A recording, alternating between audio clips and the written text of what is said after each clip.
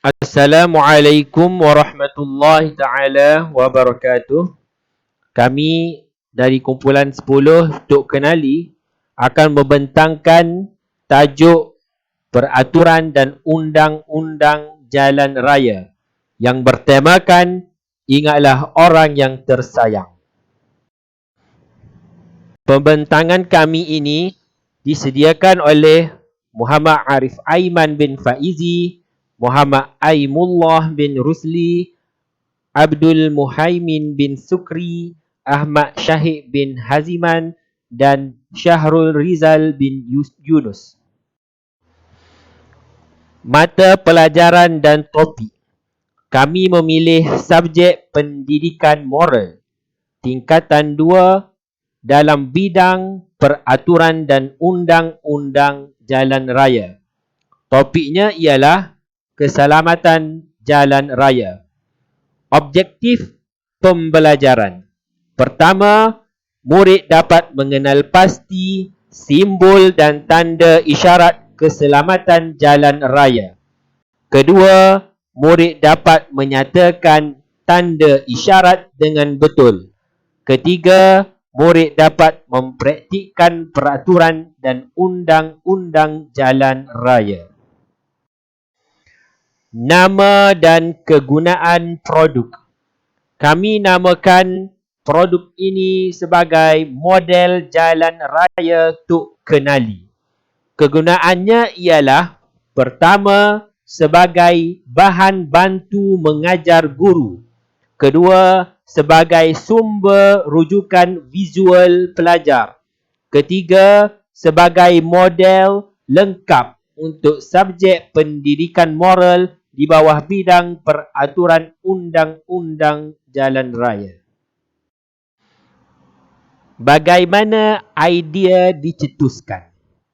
Idea ini tercetus apabila ramai pelajar kami tidak dapat memahami dengan jelas simbol dan tanda isyarat keselamatan jalan raya. Jadi, kami berbincang dan membuat keputusan untuk mereka model yang sesuai bagi menarik minat pelajar untuk lebih mengenal pasti simbol dan tanda isyarat keselamatan jalan raya. Teori serta elemen kritis dan kreatif yang diterapkan. Pertama, teori kecerdasan kinestetik. Melalui teori kecerdasan kinestetik ini, kami membuat ilustrasi jalan raya sebagai simulasinya. Kedua, teori kecerdasan visual spasial. Pelajar dapat mencipta gambaran mental dan mengamati dunia visual. Pelajar juga boleh melukis, menterjemah rajah-rajah dan menggunakan peta. Bahan dan kos yang dilibatkan. Bahan yang dilibatkan antaranya ialah lidi buluh, gam, cardboard, modeling clay, gunting, pembaris besi, kertas A4, kain hijau, kereta mainan dan pita pelekat. Dan kos yang dilibatkan berjumlah RM43.60. Kelebihan model ini. Pertama, sebagai panduan untuk pelajar. Kedua, bahan yang digunakan senang didapati. Ketiga, digunakan sebagai bahan bantu mengajar yang menarik. Keempat, sebagai model ilustrasi yang lengkap.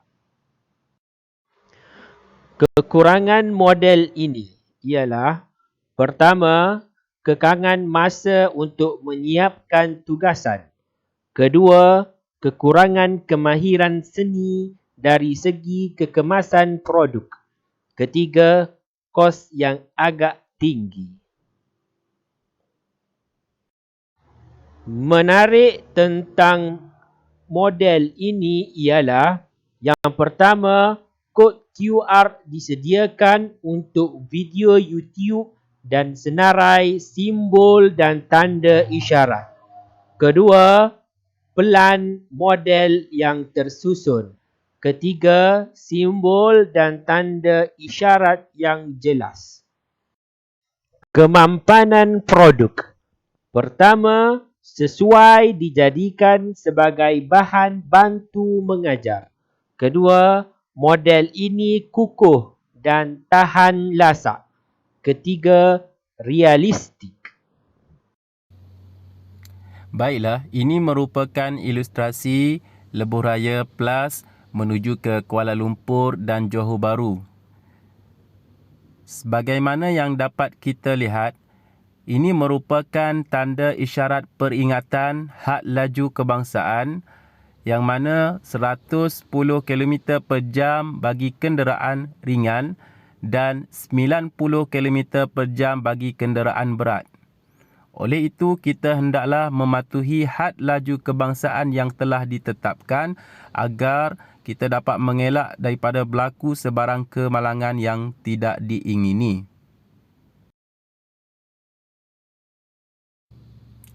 Seterusnya, tanda isyarat yang kita lihat ini dinamakan sebagai simpang 4.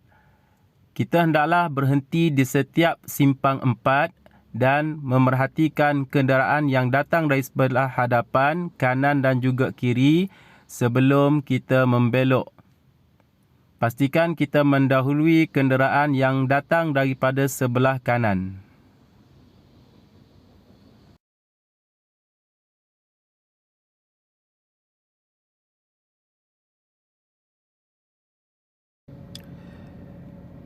Sekarang kita dapat lihat ada dua tanda isyarat. Tanda isyarat yang berlatar warna kuning merupakan tanda isyarat jambatan sempit di hadapan. Oleh itu, pemandu kenderaan hendaklah memperlahankan kenderaan ketika melalui jalan tersebut. Tanda isyarat yang bersimbol H pula membawa maksud anda berada di kawasan hospital dan pastikan anda memandu dengan cermat dan memberi laluan kepada kenderaan kecemasan seperti ambulans.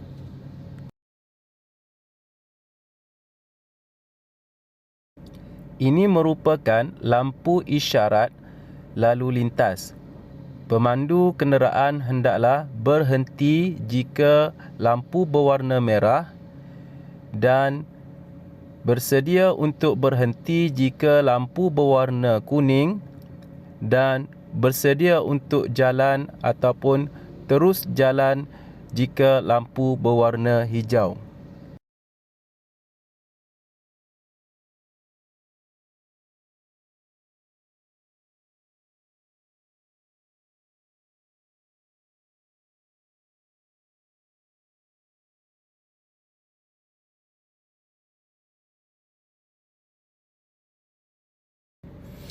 Tanda isyarat ini pula merupakan peringatan jalan tidak rata di hadapan. Pemandu kenderaan hendaklah memperlahankan kenderaan dan menurunkan giar dan teruskan perjalanan seperti biasa dengan berhemah.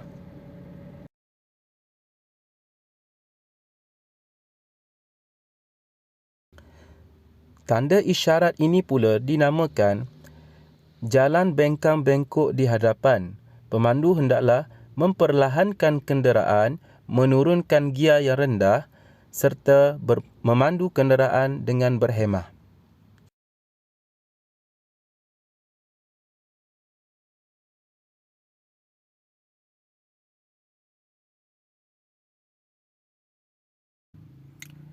Tanda isyarat ini biasa kita jumpai ketika mendaki jalan yang tinggi.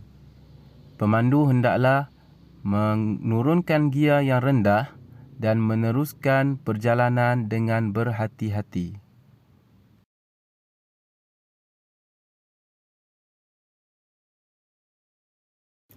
Tanda isyarat ini pula menandakan anda sedang menurun jalan bukit.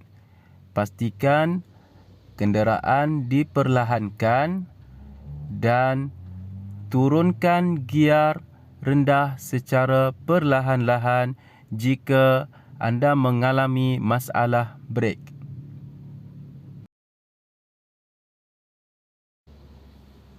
Papan tanda ini pula biasanya berada di kawasan lereng-lereng bukit. Pastikan kawasan tersebut selamat untuk dilalui dan teruskan perjalanan jika laluan itu selamat. Papan tanda ini pula membawa maksud sekolah di hadapan. Pemandu hendaklah menghadkan had laju 30 km sejam ketika melihat papan tanda ini dan memandu dengan berhemah serta selamat.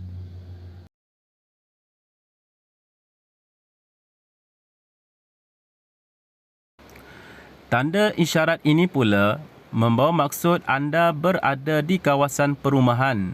Pastikan anda mematuhi papan tanda yang lain seperti had laju semaksimal 50 km sejam, kawasan bonggol di hadapan, kawasan orang melintas jalan, kawasan orang tua melintas jalan, kawasan berbasikal, dan pastikan anda memandu dengan selamat dan penuh berhemah. Ini adalah antara gambar-gambar semasa proses mereka cipta model ilustrasi keselamatan jalan raya.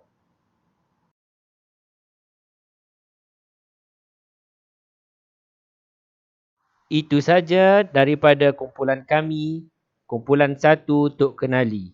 Sekian, terima kasih.